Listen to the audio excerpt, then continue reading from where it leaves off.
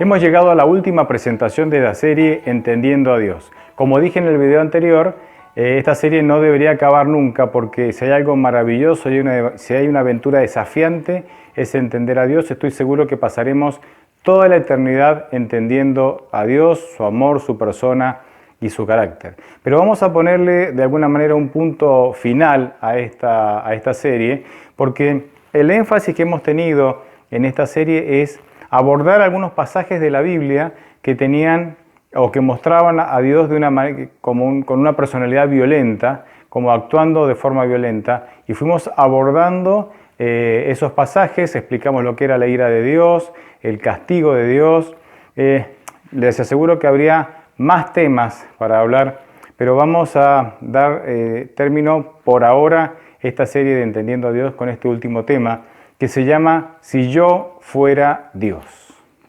¿Cuántas veces hemos escuchado esa afirmación? Si yo fuera Dios, haría las cosas de una manera diferente. Es interesante que a veces nosotros, mirando desde afuera ciertas situaciones, creemos que si estuviéramos en esa situación podríamos hacerlas mejor, ¿no? Lo haríamos mejor que otra persona. Con Dios nos pasa exactamente lo mismo.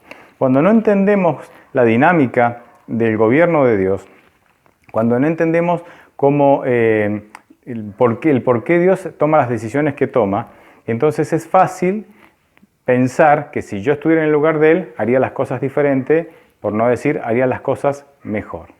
¿Quién fue el primero que dijo, si yo fuera Dios? Bueno, fue Satanás.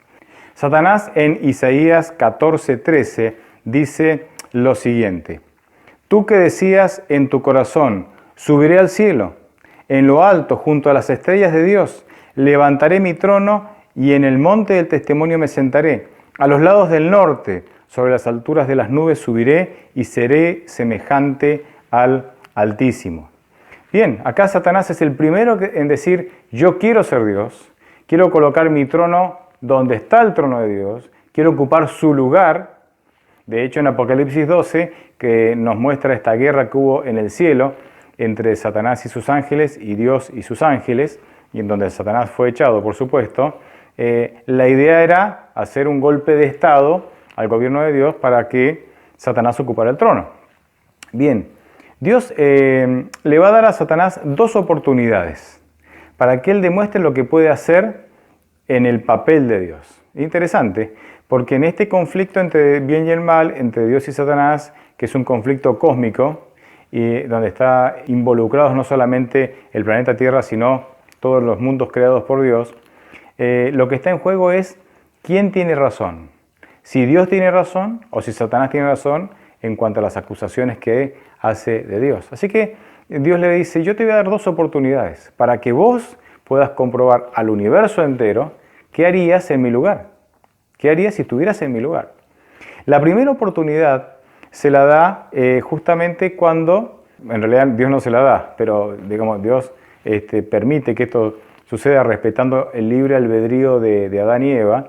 Satanás obtiene la primera oportunidad, vamos a decirlo así, cuando mediante el engaño obtiene el señorío de esta tierra. Adán y Eva le ceden el señorío de esta tierra. Como ya vimos en videos anteriores, Romanos 6 dice que nosotros nos volvemos esclavos de aquel a quien obedecemos. Adán y Eva decidieron obedecer a Satanás, ahí en el árbol del conocimiento del bien y el mal, se vuelven esclavos de Satanás y entonces Satanás pasa a tener el gobierno, el señorío de este mundo. Dios mismo reconoce esto, Jesucristo en varias ocasiones llama a Satanás el príncipe de este mundo. Bien, entonces la primera oportunidad que Satanás obtiene para ser Dios, o para comportarse como Dios, o ocupar el lugar de Dios, es aquí en el planeta Tierra. Así que Dios le dice, bien, aquí tienes el planeta, a ver cómo lo gobiernas. Yo gobierno todo el universo, pero vamos a ver cómo gobiernas un planeta. Ya obtuviste el control por el engaño, a ver cómo haces. Y ahí no hace falta que yo me extienda explicándoles cómo está el planeta, cómo estaba, cómo está y cómo, hacia dónde vamos. El planeta va hacia una segura autodestrucción y no se terminará de autodestruir porque Dios intervendrá antes, lo sabemos porque Dios ya lo ha profetizado. Así que esta primera oportunidad que ha tenido Satanás de demostrar qué haría él si fuera Dios, ha sido un completo fracaso. Pero Dios le dará una segunda oportunidad con nuevas, para que Satanás pueda demostrar si tiene otros talentos u otras capacidades que tiene Dios. ¿Dónde están estas nuevas oportunidades? Bueno, en Apocalipsis 23, cuando Cristo viene en su segunda venida, se lleva a los santos, resucita a los santos que han estado descansando en la tumba y a los santos vivos que son transformados, según 1 Corintios 15, y son llevados al cielo. El mundo queda totalmente destruido. Todos los que no han aceptado a Cristo como su Salvador quedan muertos, ¿verdad? Y queda Satanás ahí. Satanás con sus ángeles ahí. El mundo está vacío. No hay más nadie a quien engañar. Todos están muertos. Y ahí es interesante porque en Apocalipsis 23 dice que Satanás es encadenado en el abismo durante mil años. ¿Sí? Son cadenas circunstanciales, no lo voy a explicar ahora. Pero la palabra abismo de Apocalipsis 23 es la misma que se utiliza en Génesis 1:2 para describir cómo era la tierra antes de la creación. O sea, ¿cómo era la tierra antes de la creación? Desordenada y vacía, el caos, el abismo. Bien, Apocalipsis 23 usa la misma palabra, lo que nos da la idea de cómo va a estar la tierra. Así que Dios le dice ahora a Satanás, mira, yo pude crear la tierra en 7 días. ¿Sí? En 7 días pasó a ser un abismo, desordenada y vacía, pasó a ser lo que el Edén con todas las plantas, animales y los seres humanos. ¿Sí? Bien, yo te voy a dar a vos, le dice Dios a Satanás, 1000 años, para que vos ahora puedas volver a crear la tierra. O sea, te la dejo en las mismas condiciones que estaba en Génesis, ahí capítulo 1, versículo 2. Ahora yo te la dejo a vos, no vas a tener 7 días, vas a tener 1000 años para ver qué haces. ¿Qué pasará después de los 1000 años? La tierra seguirá igual, porque Satanás, que pretende ser como Dios, o que pretende ocupar el lugar de Dios, nunca podrá ser Dios. Él no tiene la capacidad de crear, porque Él es una criatura, es un ser creado. Así que ya sabemos por anticipado de que Satanás ha fracasado y terminará fracasando en los dos intentos que Dios le ha permitido tener, y tendrá el segundo, de comportarse como Dios o de ocupar el lugar de Dios. Pero en ocasiones vamos a notar que Dios actúa como hombre, o nos da esa apariencia, ¿verdad? Y nos deja a nosotros actuar como Dios, como Él, nos da la oportunidad. Hay varios casos bíblicos, yo me voy a centrar en uno solo por una cuestión de tiempo, sencillamente mencionaré los otros. En el caso que me quiero centrar para que veamos esto y de paso poder sacar algunas conclusiones de por qué Dios hace este intercambio de roles, está en Éxodo 32, desde el 7 al 14. Dice allí, entonces Jehová dijo a Moisés, anda, desciende porque tu pueblo, el que sacaste de la tierra de Egipto, se ha corrompido. Pronto se han apartado del camino que yo les mandé, se han hecho un becerro de fundición y lo han adorado, y han ofrecido sacrificios y han dicho, Israel, estos son tus dioses que te han sacado de la tierra de Egipto. Continuó diciendo Jehová a Moisés, yo he visto a este pueblo que por cierto es un pueblo muy terco. Ahora pues, déjame, esto es importante, déjame que se encienda mi ira contra ellos y los consuma, pero de ti yo haré una nación grande. Entonces Moisés oró en presencia de Jehová su Dios y dijo, ¿por qué Jehová se encenderá tu furor contra tu pueblo, el que tú sacaste de la tierra de Egipto con gran poder y con mano fuerte? ¿Por qué han de decir los egipcios, para mal los sacó, para matarlos en los montes y para exterminarlos sobre la faz de la tierra? Vuélvete del ardor de tu ira y arrepiéntete del mal contra tu pueblo. Acuérdate de Abraham, de Isaac y de Israel, tus siervos, a los cuales has jurado por ti mismo y les has dicho, yo multiplicaré vuestra descendencia como las estrellas del cielo y le daré a vuestra descendencia toda la tierra que os he hablado, y ellos la poseerán como heredad para siempre. Entonces Jehová se arrepintió del mal que dijo habría de hacer a su pueblo. El versículo 10, fíjense que Dios le pide permiso a Moisés, dice, déjame Ahí está como Dios actuando como hombre. Es como cuando nosotros le decimos, Señor, déjame hacer algo. Ahí Dios le dice a Moisés, déjame. Y el versículo 11 al 14, Moisés actúa como Dios diciendo, no, pero ¿cómo vas a actuar así? No, de ninguna manera. Tú no eres así. Y empieza a intentar convencerlo a Dios como Dios nos convence a nosotros. Es interesante aquí el cambio de roles. No es la primera vez que esto pasa. Por ejemplo, lo voy a relatar nada más. En Génesis 18, en este capítulo vemos como Dios le pregunta a Abraham y le dice, ¿qué te parece? Voy a destruir Sodoma y Gomorra. Y digamos, con una actitud netamente humana, ¿no? Los humanos siempre queremos arreglar todo descartando y destruyendo, ¿no? Y Abraham actúa como Dios. Y dice, no, ¿cómo lo vas a hacer? No, de ninguna manera. Y entonces hay un diálogo ahí en donde Abraham intenta convencer a Dios de que Dios no destruya. También hay un intercambio de roles, es muy interesante. Otro caso, los voy a mencionar rápidamente para detenerme después en el primero. En Marcos 6, por ejemplo, cuando Jesucristo ve la multitud ahí hambrienta y dice, maestro, despídelo porque a ver si van a una aldea vecina a comprar comida porque tienen hambre. Y Jesús les dice, denles ustedes de comer. O sea, Jesucristo les dice a los discípulos, les da la oportunidad a los discípulos de que actúen como Dios, dador, ¿no? Como ese Dios que dio el maná, y les permite que ocupen ese rol.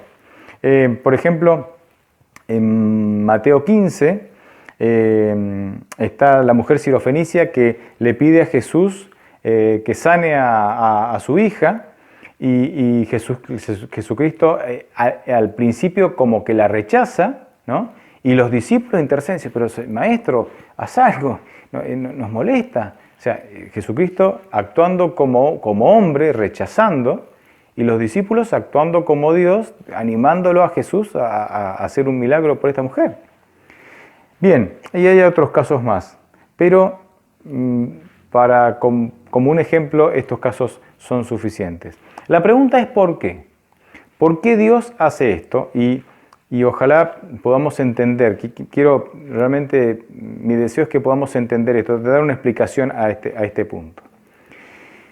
Dios siempre quiere salvar, siempre. Cuando, vuelvo al caso de Moisés, ¿no? Cuando Dios actúa y le dice a Moisés, mira, este pueblo es muy terco, la verdad que lo que me conviene es destruirlo. Lo dice porque en realidad quiere salvar al pueblo, no destruir. Usted dirá, no, pero ¿cómo es posible? Si claramente el texto dice que, y Moisés lo convence no. Cuando los hombres se alejan de Dios, y acuérdense que este texto de Éxodo 32, cuando Dios decide destruir o habla con Moisés por la posibilidad de destruir a Israel, está en el contexto de la adoración al becerro de oro. Cuando los hombres se alejan de Dios, como vimos en videos anteriores, porque no utilizan el conocimiento que tienen de Dios, al no utilizar correctamente el conocimiento que tienen de Dios, Dios deja de aplicar la misericordia y tiene que aplicar la justicia. ¿Qué es justicia? ¿Cuál es la justicia de Dios? Dios dándonos lo que nosotros elegimos. Así que ahí está el pueblo. Han abandonado a Dios, han hecho un becerro de oro, pregonan que ese becerro de oro es el Dios que los sacó de Egipto. Se han abandonado por completo a Dios. Entonces Satanás se presenta ahora y le dice, ¿viste lo que hicieron? Y Dios le dice, sí. Ellos están negando todo lo que hiciste por ellos y le están atribuyendo todo lo que tú hiciste a un ídolo, un becerro de oro. Y Dios le dice, sí, tenés razón. Así que ellos Satanás replica diciendo, ellos están usando mal el conocimiento que tienen de ti, el conocimiento que han adquirido de la manera que tú te has revelado, así que ya no los protejas más. Ya no son ignorantes, no se están equivocando por ignorancia, ya tienen el conocimiento, no los protejas más. No puedes usar más la misericordia con ellos, ahora aplica la justicia, es decir, dales lo que ellos han elegido. Deja de protegerlos Y ahí entonces Satanás iba a intervenir y iba a destruir. A Satanás le encanta este jueguito, ¿por qué? ¿A quién le echa la culpa? A Dios. Sí, yo te hago daño, dice Satanás, pero él dice, no, fue Dios. Fue Dios. Entonces, Dios, de alguna manera, se encuentra con esta situación. Él sabe que tiene que retirar su protección, sabe que ya no puede ser más misericordioso porque están usando mal el conocimiento, pero antes de darle el sí a Satanás, para que Satanás haga lo que los israelitas decidieron, ¿sí? Respetando la decisión de los israelitas, lo llama a Moisés. Y le dice, ¿sabe qué, Moisés? Voy a destruir este pueblo. En realidad lo que Dios le estaba diciendo a Moisés era, mira Moisés, no me queda otra que soltarle la mano a este pueblo para que Satanás lo destruya. Y Moisés entonces comienza a hacer algo interesante. Comienza a interceder por el pueblo. Y es eso lo que Dios quería. Dios, ¿el pueblo estaba condenado? Sí. ¿Porque había utilizado mal la revelación de Dios? Sí. ¿Porque había tomado malas decisiones a pesar que tenían una revelación correcta? Sí. ¿Qué quedaba? Darles la justicia, recibir lo que ellos habían elegido. Dios dice, ¿qué hago? Yo amo a este pueblo, no lo quiero destruir, no quiero dejarlo en manos de Satanás para que lo destruya. Entonces comienza este diálogo con Moisés, porque Dios necesita un intercesor. Dice, el pueblo me rechazó, lo tengo que dejar en manos de Satanás para que lo destruya. Pero si alguien intercediera por este pueblo, entonces yo puedo actuar sobre el pueblo para salvarlo o intentar tener misericordia porque alguien me lo está pidiendo, un intercesor me lo está pidiendo. Entonces le dice a Moisés, no me queda otra, lo tengo que largar, Satanás lo va a destruir, la ira de Dios se ejecutará. ¿Quién la ejecuta la ira de Dios? Lo vimos, ¿no? en el tema del ángel destructor. Es Satanás el que ejecuta la ira de Dios, que no es otra cosa que darle al hombre lo que el hombre elige, ¿no? Dios no se enoja, no se aira y se enoja, es sencillamente darle al hombre lo que el hombre elige. Entonces dice, y como Moisés dice, no, pero no lo hagas. Recuerda tus promesas. Yo te pido, yo te ruego que no lo hagas. Y entonces Dios en ese momento le dice a Satanás, ¿ves? No voy a poder dejar que tú lo destruyas porque alguien está intercediendo por el pueblo. Moisés está intercediendo por el pueblo. Yo tengo que atender el pedido de Moisés. Así que le tengo que dar una nueva oportunidad a este pueblo. Aunque hizo todo mal, le tengo que dar una nueva oportunidad. Y Satanás replica y dice, no, pero tu misericordia no puede ser absoluta, porque este pueblo ni siquiera se ha arrepentido, sigue desenfrenado ahí. Entonces Dios dice, bueno, veamos, vamos a ver quiénes sí y quiénes no, vamos a ver. Entonces Moisés llega, ¿no? Manifiesta su descontento, en un ataque de bronca ahí rompe las tablas, Dios después le va a decir que eso estuvo mal, buscate otras tablas, bueno, ustedes conocen la historia.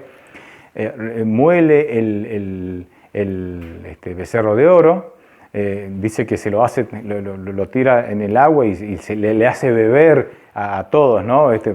Lo reta a Aarón, ¿sí? Ustedes conocen la historia. Y entonces acá se genera una segunda oportunidad. Pero hay muchos, aunque Moisés hace eso, aunque los llama al arrepentimiento con fervor, ¿no? Hay muchos que insisten. Insisten con su fiesta pagana, insisten que no quieren volverse. Entonces, pero Dios está determinado a dar una oportunidad. Entonces, ¿qué hace Dios? Hace que Moisés diga, ¿quién está conmigo? O sea, ¿quién está de parte de Dios? Y ahí viene la tribu de Leví.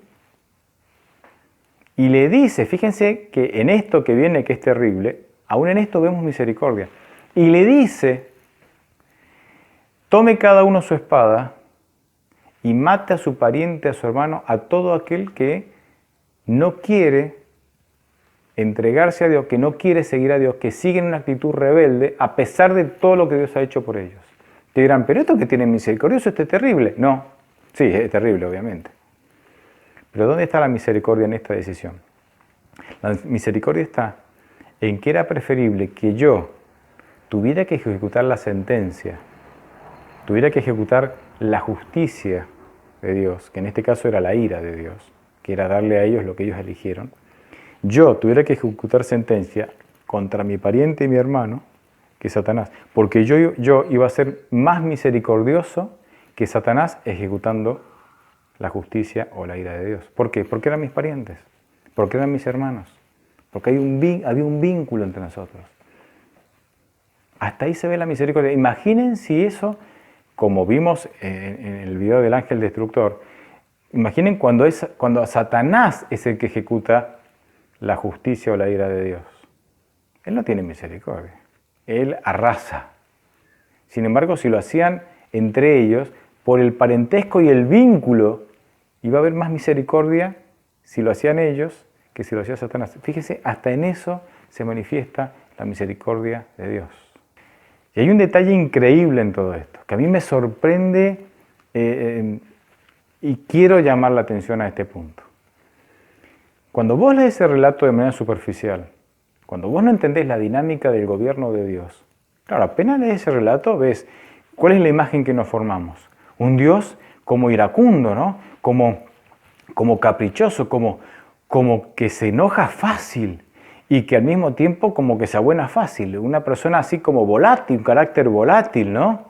Dice, sí, porque los voy a matar. Y Moisés le dice, no. Ah, bueno, está bien. Dice, y se arrepintió Jehová. Dice, no.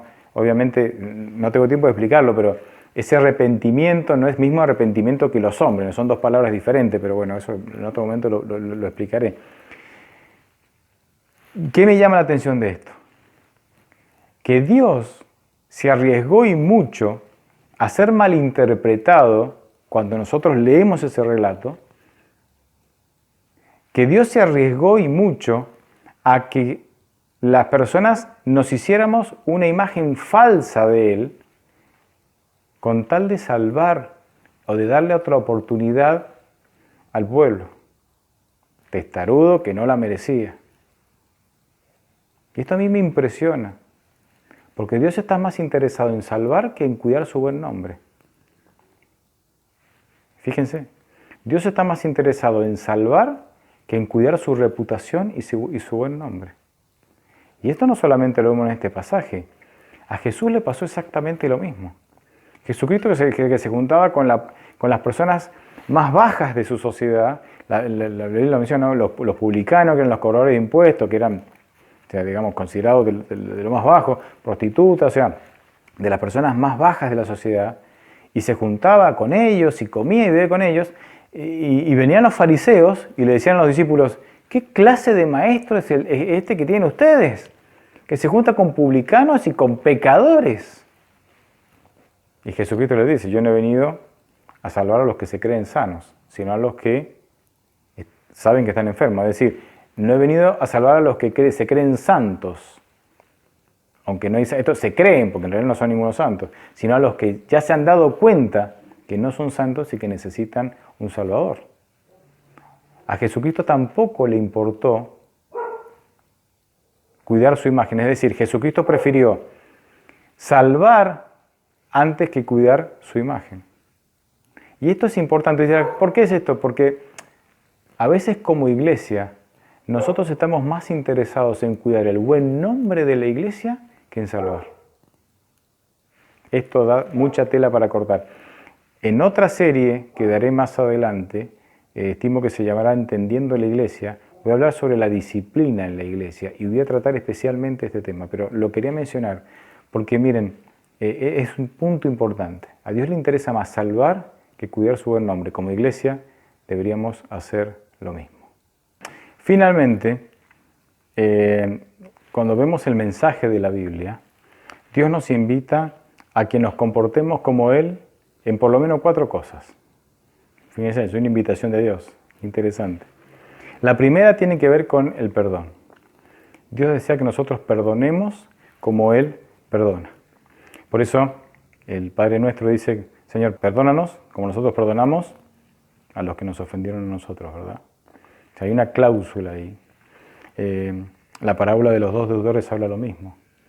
O sea, porque yo perdono, soy perdón, y cuando yo no perdoné, se me retira a mí también el perdón. O sea, En esto Dios quiere que seamos como Él, en la capacidad de perdonar. Obviamente esa capacidad nos la da Dios, no es humana. Es un regalo que Dios te puede dar si vos se la pedís y estás dispuesto a perdonar. En lo segundo, que Dios quiere que nosotros nos comportemos como Él, es en el servicio. Dios nos anima a que nosotros podamos servir por amor, sin esperar nada a cambio, como Él nos sirve a nosotros como, por amor, sin esperar nada a cambio. Mateo 20, 25 al 28 habla de esto. En lo tercero que Dios quiere que Dios desea que nos comportemos como Él, es en el dominio propio y en la capacidad de ser dueños de nuestra vida mediante su poder. Filipenses 4:13 dice, todo lo puedo en Cristo que me fortalece. O sea, Él nos puede dar la capacidad de ser dueños de nuestra vida, de no ser esclavos de las circunstancias ni del pecado y de tener dominio propio, de no caer, de no ser esclavos de las circunstancias ni del pecado. Y en lo cuarto que Dios quiere que seamos como Él es en la humildad. Filipenses 2, no lo voy a leer porque es un poco largo, pero ahí la Biblia menciona los pasos que Jesucristo dio para demostrar su humildad. Esto es increíble, hasta los ángeles, ¿verdad?, se sorprendían por esto. Como Él, siendo Dios, no escatimó ser hombre y no cualquier hombre, sino siervo, y morir y no cualquier muerte, y muerte de cruz. O sea, una escalera descendente de humillación para salvarnos. Él quiere que seamos humildes. Él quiere que seamos humildes. ¿Por qué? ¿Por qué Dios necesita que tengamos una experiencia con Él y que esa experiencia cambie nuestra vida? Porque Dios hoy necesita una evidencia palpable de que su poder y su amor pueden cambiar la vida de las personas. La evidencia teórica, ¿sí?, los argumentos ya han sido dados. Ahora lo que necesita el universo es ver la evidencia en la práctica. Y Dios quiere demostrar a través tuyo y a través mío de que cuando nosotros nos entregamos por completo a Dios, le damos el control de nuestra vida a Dios, el Señor, mediante su poder y su amor, puede transformarnos. 2 Corintios 3:18 dice que nos transforma en la medida que los contemplamos de gloria en gloria, ¿no? Es un proceso de transformación. Y el mundo está expectante, el universo, el cosmos, dice en griego, ¿no? Está expectante a ver cómo se resuelve esto. ¿Quién tiene razón en este conflicto? Por sobre todas las cosas de estas 4 menciones, yo creo que nosotros lo que más necesitamos es humildad. Las personas que llegan a una condición de humildad son las que reconocen la necesidad de un Dios, de un Salvador, de un poder externo a nosotros que pueda marcar una diferencia y cambiarnos. Termino entonces con el siguiente ejemplo. Todos tenemos que tener una, yo llamaría, vara de humildad. ¿Qué es esto de la vara de humildad? Moisés, ustedes saben la historia, fue criado los primeros 12 años con su madre, el resto del tiempo fue criado por la hija del faraón. Sabemos que él era el heredero al trono, ¿sí?, a reemplazar al faraón actual. Bueno, ustedes conocen la historia, ¿no? Finalmente él quiere liberar a Israel por sus propios medios, lo que genera que tiene que huir de Egipto. Resumiendo en 2 palabras, una historia hermosa y larga, pero hasta ahí creo que nos va a servir. Ahora Moisés pasa 40 años en Egipto, 40 años en el desierto, y mientras él estaba en el desierto, era pastor de ovejas, tenía algo en su mano. ¿Qué tenía? Dice la Biblia que tenía una vara. ¿Qué es una vara? Una vara es un palo seco, un palo de madera seco. La vara era para Moisés su vara de humildad. ¿Por qué? Porque, ¿qué tienen los faraones o los reyes en su mano? Un cetro. ¿Cómo es ese cetro? Adornado y decorado con los metales y las piedras más preciosas que se pueden encontrar. Y Moisés, pudiendo tener un cetro en su mano, ahora tenía una vara, un palo seco. Y yo me imagino que es probable que Moisés, cada vez que tomaba esa vara, miraba esa vara y decía, yo podría tener un cetro y ser faraón, pero he decidido ser fiel a Dios. Y es por eso que tengo una vara. La vara le recordaba a Moisés quién era. Y la vara le recordaba a Moisés de dónde lo había sacado Dios. Todos nosotros tenemos que tener una vara de humildad. ¿Qué es una vara de humildad para nosotros? Es eso que nos recuerda de dónde nos sacó Dios y quiénes somos. No somos Dios. No tenemos que ocupar el lugar de Dios, como él intentó ocupar el lugar de Dios al intentar salvar a Israel por sus propios medios, ¿no? Es necesario que nosotros tengamos una vara de humildad. Y sí, a veces la vara de humildad puede ser un error que cometiste, como el que cometió Moisés, y cuyo recuerdo lo tenés presente todo el tiempo, y aunque ya no te lastima porque ya Dios te perdonó y te dio la capacidad de aceptarlo, ese recuerdo te impulsa, te motiva a entender que es peligroso ponernos en lugar de Dios, que es peligroso decir, si yo fuera Dios. Pues esa frase no tiene nada que ver con alguien que tiene una actitud de humildad. Finalmente, si vos no lográs ser humilde, pero deseas serlo porque entendés que en la humildad, que necesitas ser humilde para poder vivir en dependencia de Dios, dependiendo de Dios, entregando tu vida a Dios, entonces Dios permitirá que vos vivas en la condición de una persona humillada. El humilde es aquel que se humilla por su propia voluntad. El humillado es aquel que vive una vida de humildad porque es sometido a situaciones que lo humillan. El resultado es el mismo. Los dos terminan confiando en Dios y desconfiando de sí mismos. Los dos terminan reconociendo su necesidad de Dios, pero uno lo hace voluntariamente y otro lo hace porque las circunstancias lo obligaron. Yo creo que vivo una condición de humillado, no de humilde.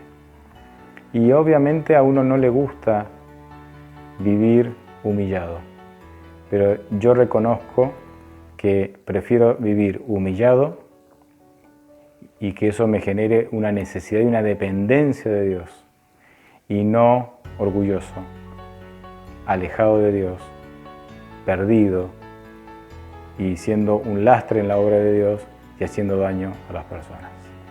Ojalá entendamos que necesitamos ser humildes y ojalá aprovechemos las circunstancias difíciles de la vida, no para renegar de Dios, no para renegar de la vida, sino que podamos en esas circunstancias ver una posibilidad, una oportunidad de ser más humildes y de depender más de Dios, de su poder y de darle nuestra vida para que Él gobierne, dirija y nos lleve desde aquí hasta la Canaán celestial.